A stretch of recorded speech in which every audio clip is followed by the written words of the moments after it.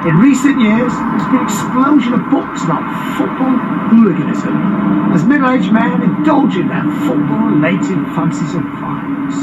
Glitter and Grit is one such tale, the unlikely story of Blackburn's first football hooligan, who I'm going to interview here tonight. So this book you got out, Glitter and Grit. Do you want to tell me a bit about that and why you wrote it?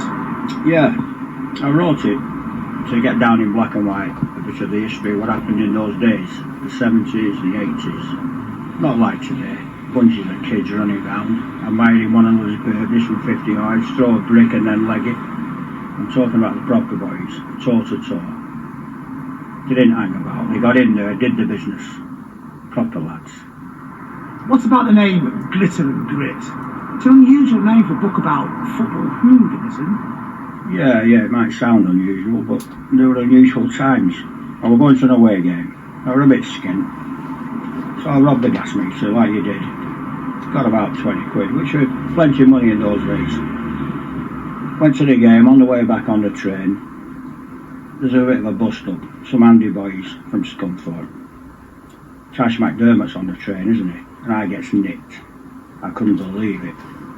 I'm banged up in court. Before I know it, I'm in a cell.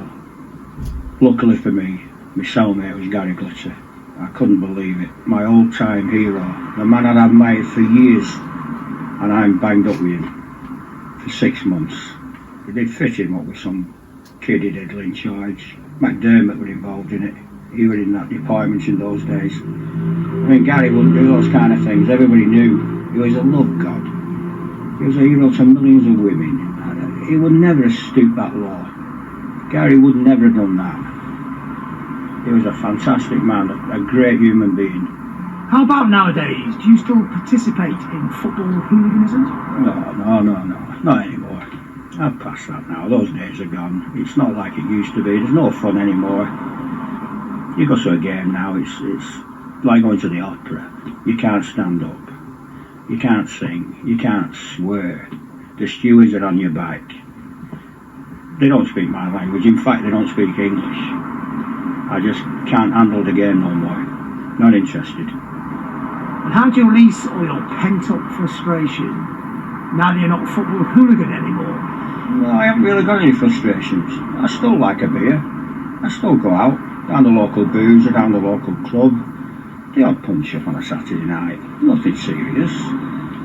I enjoy that. It just gives you something to do. Do you think that the reason that you and the likes of yourself do not indulge in football hooliganism anymore because of the better policing nowadays?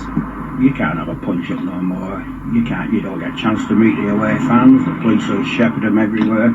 You just can't get near them. There's no chance of having a punch-up no more.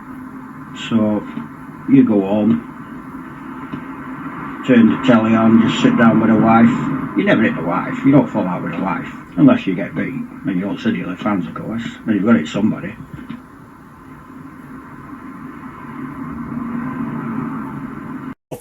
Night, 5 nights a week for 20 fucking years. So by the time you bump into him, mate, me and you on the way out of a club half pissed, we're in trouble. Yeah, you know what I mean? You look like a ferocious fella. Fuck, man. I've seen him get you a knuckle dart. I don't know what would have happened if the post weren't behind him, right? It's the only time I've ever seen it. I use a knuckle dart. I live by them, listen. And I'm talking about Lenny. This, let me tell you, is the best invention in the fucking world. It is important as fire, electricity and the wheel. Yeah? That helps you beat people you can't beat. It made me famous. And if you are someone that has to carry a weapon to work with you, like screws, soldiers, policemen, villains, right? You have to choose the weapon that you don't mind doing the fucking bird for. Right? If you want to choose a knife to go out with every day, you've got to risk it in 20 fucking years, every single day. Right? Every fight you have, you can risk it in 20 years. That, you get 18 months and you win any fucking fight you can. Any fight in the world, all I've got to do is front one punch that way and I win it. Yeah? If you go like that, I'll break your arm. Right? So choose the weapon you don't mind doing the bird for. That is the fucking tool. There's a little advert.